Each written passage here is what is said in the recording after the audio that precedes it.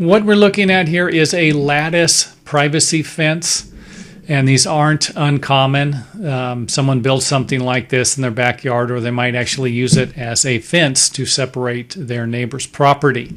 Only problem is that plants will tend to grow through them, and if they are located in areas where there is not enough sun or too much plant covering the fence and the wood cannot dry out, it will end up rotting. And we can actually see here at the bottom, there's a U-shaped piece of trim.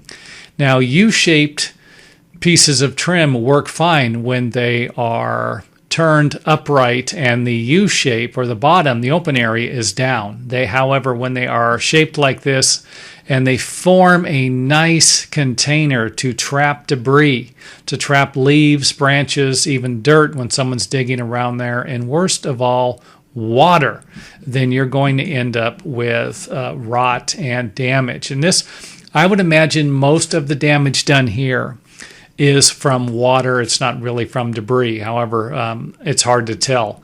Now, you're probably thinking, well, why not just drill some holes? Why not solve the problem by drilling holes? That's what we're looking at here. There are actually holes drilled in every bay. Someone went ahead and drilled the holes, and that still didn't solve the problem. It might have even created a bigger problem if they drilled the holes after they painted. Remember, if you paint something and then you drill a hole through it after you've painted it, then you've just exposed the area that is unpainted where the drill went through. You've just created an area that will absorb even more water and accelerate the process of rotting. Here's a lattice panel with a different type of trim. Instead of a U-shaped channel, we just installed 2 pieces of trim, and these thicknesses could vary. You could use 1x3, 1x4s, 2x4s. I will leave that up to you for what type of trim you want to use. But the main point of this particular illustration is to provide you with something that opens up the bottom of the lattice to reduce the amount of water that could accumulate or debris. Now, do not be confused that something like this is not going to solve all of your problems. You could actually get debris trapped inside of these areas, especially with longer trim. If you were to use a 1x4 or a 1x6, you would really be creating a deep channel for stuff to get trapped in.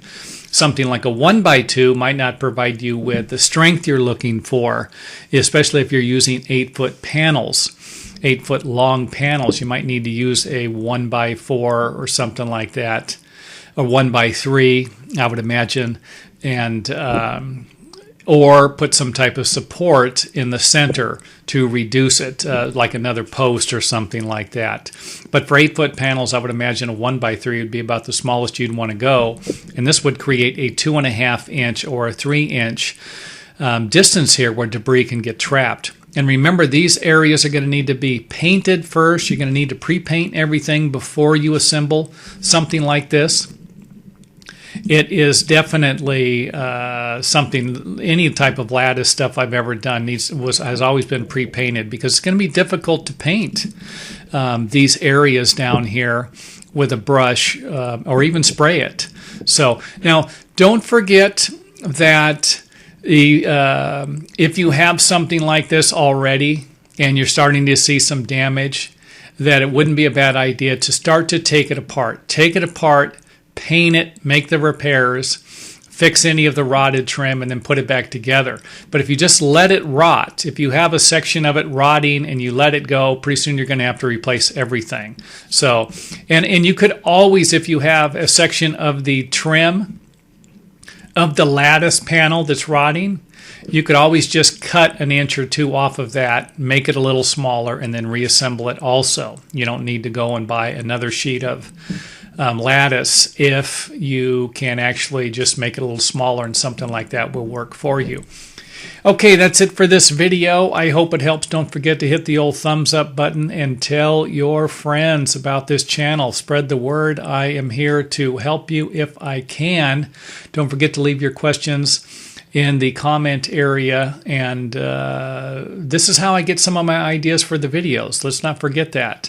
Some of the ideas for some of my best videos have came from questions viewers have asked, so I actually get to benefit from them as well as you if I actually solve your problem or provide you with a little more information that will lead you to the solution of the problem. So don't forget, planning is number one. Always plan out, put as much thought as you possibly can into a construction project, and that would include watching some more videos. YouTube is filled with information, so take advantage of it.